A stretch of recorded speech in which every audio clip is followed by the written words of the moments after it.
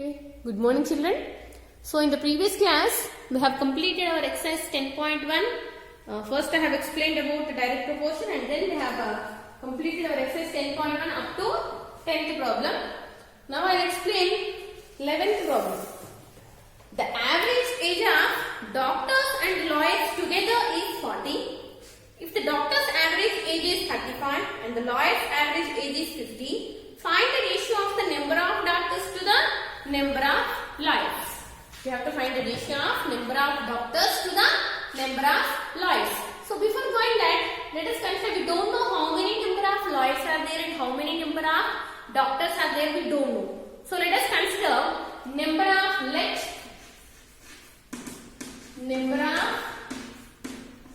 doctors is equal to X. The number of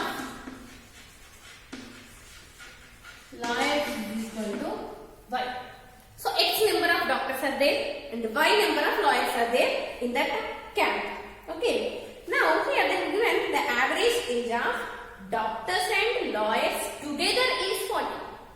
When you include both lawyers and doctors, their average age is given as 40. Average means sum of observations by number of observations. Okay.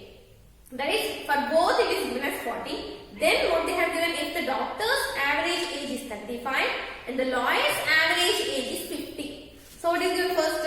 Doctor's average age. Doctor's average age is given as 35. Yes. Doctor's average age is given as 35. How will you get average? Average is nothing but sum of observations by number of observations. Here sum means sigma. Total observations. Doctors are X. So sigma X by sum of observations by number of observations. Number of doctors is X is equal to 35. Sum of observations by number of observations is equal to 35. Average means nothing but sum by number. So sum means sigma. Sigma X by X is equal to 35. That implies sigma X is equal. When you take this X to this side, it is 35X. So let us consider this as 1. Then what they have given? Lawyer's average age is given as, how much it is? 50. Lawyer's average age is given as 50. So again same, sum of observations. Here lawyers are Y. So sigma Y by Y is equal to 50. That implies sigma Y is equal to 50 Y. Now let us consider this as 2. Then what they have given, the average age of both. The average age of doctors and lawyers is given as, together is given as 40. Both is given as 40. How will you get both average? Again same formula, sum of observations by number of observations. But here by doing sum, we have to add doctors as well as lawyers. That implies sigma X plus sigma Y. Together no, both doctors and lawyers. Only doctors means we consider sum of doctors and here sum of lawyers. But here sum of doctors plus sum of lawyers by number of doctors plus number of lawyers. Sum of observations by number of observations is equal to 40. Okay. Now but sigma X and sigma Y here from 1 and 2. Sigma X value is 35X and sigma Y value is 50Y.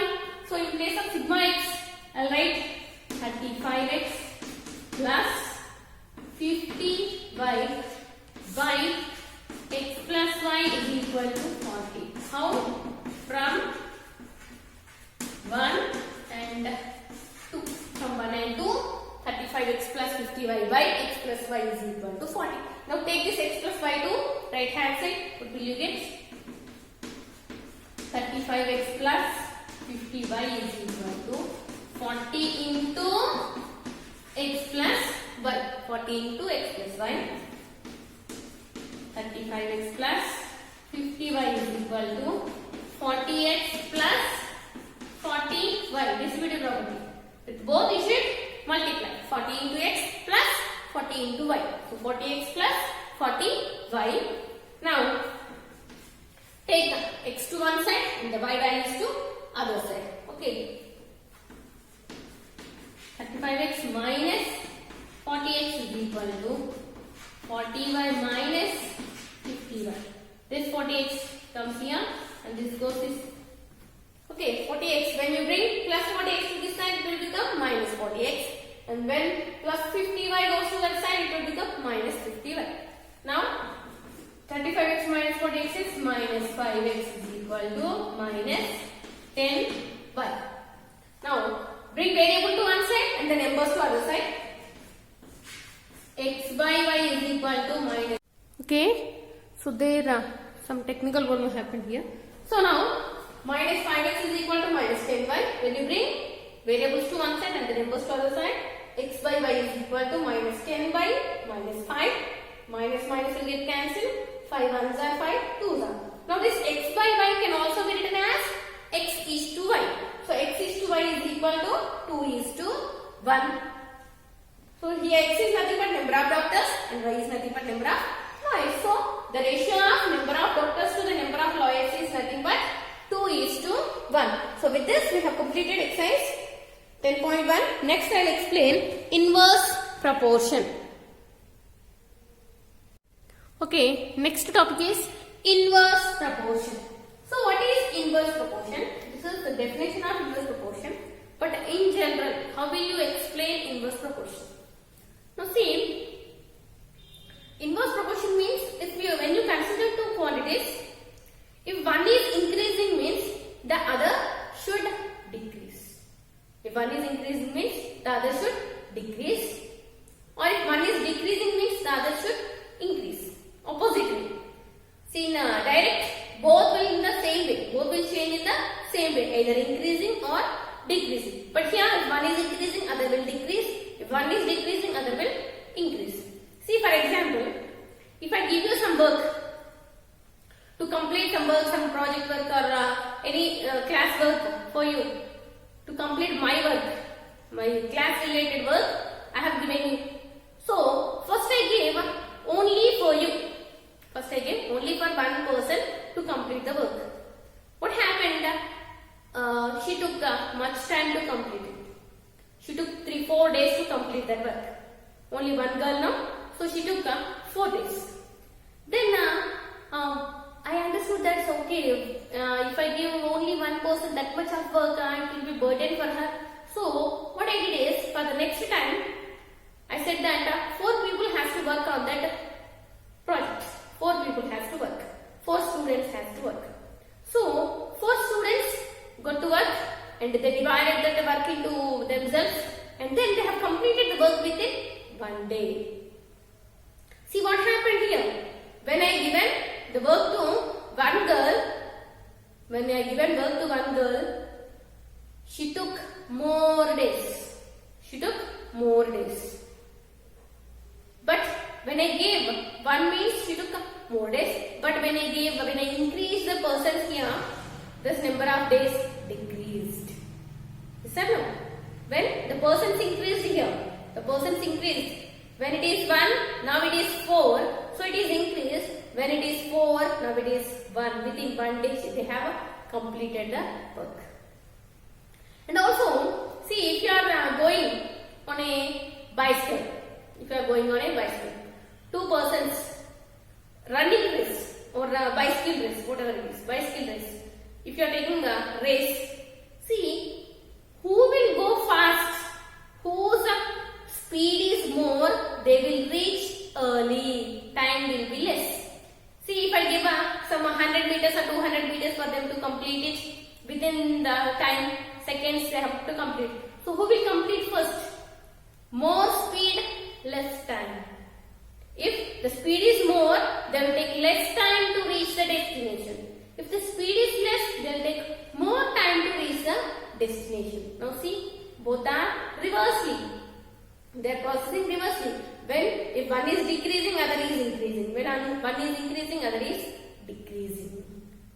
Okay, so this type of proportion is called as inverse proportion. We call it as inverse proportion. Okay, now see here in general, mathematically, how will you define inverse proportion? See, if x and y are any two quantities such that if one quantity increases, then the other quantity decreases in same proportion, and vice versa. Vice versa means reverse. If one quantity decreases, the other also increases. Like that. That is vice versa. Then we say that x and y are in inverse proportion. And how will you write inverse proportion? This can be written as x proportional. Here 1 by y. When you write 1 by y, this is the, what is the meaning of this? X is inversely proportional to y. X is inversely proportional to y. How will you write this one? See, x proportional symbol and we'll write 1 by y. 1 by y. For direct, we have written directly, but here for inverse, we'll write 1 by. Now, if you bring this y to this side, xy, this is denominator, we will bring here, it will become multiplication. Division will become multiplication. So, xy is equal to k, and k is a constant. So, x1, y1 is equal to x2, y2. See, in direct proportion, you have to see, you have to check whether the ratios are same. If the ratios are same, we can say that they are in direct proportion. But for inverse proportion, what you have to do? You have to multiply. You have to find the product of two quantities and see whether you are getting all the products same or not. See, if they have given like this, x and y.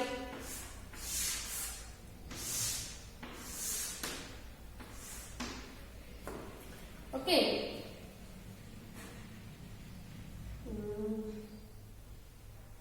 16 and 4. When x is 16, y is 4.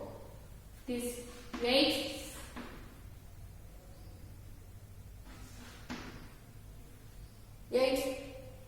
And then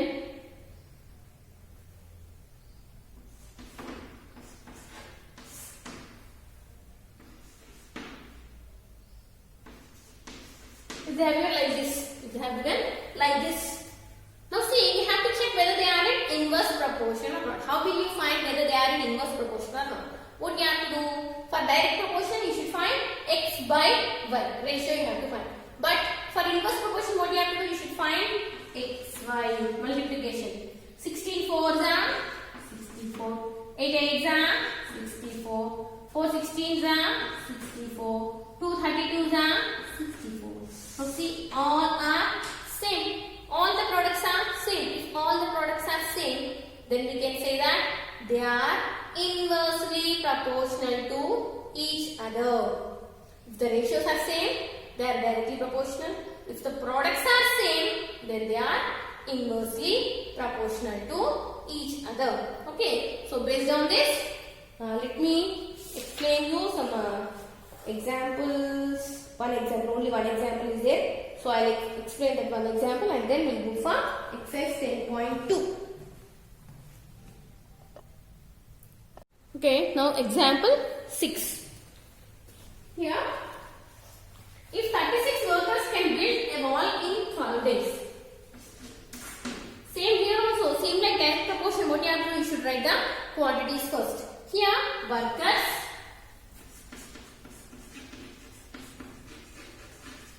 X and then days, but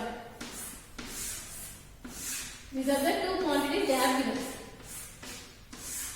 First, 36 workers can build a wall in 12 days. 36 workers can build a wall in 12 days. How many days will 16 workers take? 16 workers will take. How many days will 16 workers take to build the same wall? So here, see, number of workers. When number of workers are increased means the work completion will decrease. Number of days to complete the work will decrease. When When the number of workers is increasing, the number of days to complete the work will decrease. That means they are inversely proportional to each other. Since x is inversely proportional to y, multiplies number of days that 16 workers will take.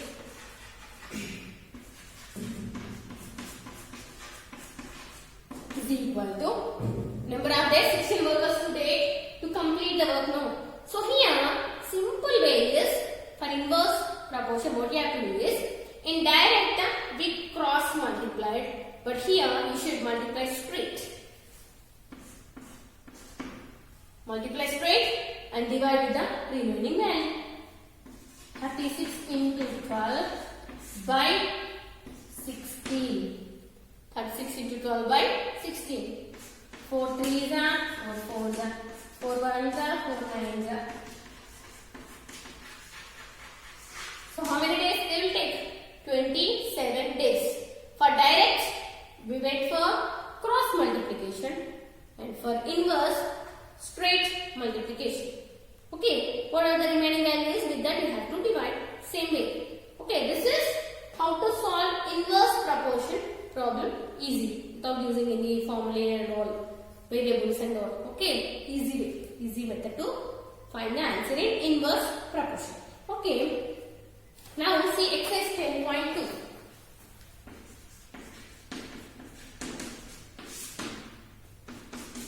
First bit, observe the following tables and find which pair of variables are in inverse proportion. Now see, already I said, what you have to do is simply write the table x, y and write your values 55 and here write one more. After writing this, write one more x, y. Find x, y. Find x, y. X, y means product of those two. 55 are 250. And then find the next one. And here it is 40 and 6. 240. See here, these two are not equal. One is 250, one is 240. So both are not equal. That means x1, y1 is not equal to x2, y2. That implies x and y are not in inverse proportion. Like that you should do remaining. Not in inverse proportion. If equal means they are in inverse proportion. X and y are in inverse proportion, that you have to write. If all values are same, finding if the product, all the products are same means you can write x and y are in inverse proportion. Okay. Next, the second problem. A school wants to spend 6,000 to purchase books. Using this data, fill the following table. This is very easy. Total amount is 6,000. You have to fill the table here. So price of each book is 40. Number of books that can be purchased 40, 150. Obviously see here, if you want 40 into 150, 6,000. That they have given. Total is 6,000. If it is 50, this is 6,000 already we know. All the values are 6,000 only. Now this is 50 means, how will you get this value? By 6,000 divided by 50. If you divide 6,000 by 50, you will get the answer. So like that you should fill the table. Okay. When you multiply these two, the product must be 6,000. When you multiply these two, the product, see x2 y2 is equal to 6,000. x2 y2 is equal to 6,000. x2 is 50. 50 y2 is equal to 6,000. Then y2 is equal to 6,000 by 50. So the answer is 120. Like that, you should complete the table. Second bit also homework for you, complete the table. Third bit, take a squared paper and arrange 48 squares in different number of rows as shown below. So they have given two squared papers and the first one is arranged in 4 rows and 12 columns and second is in 8 columns and 6 rows. Now, number of rows and number of columns.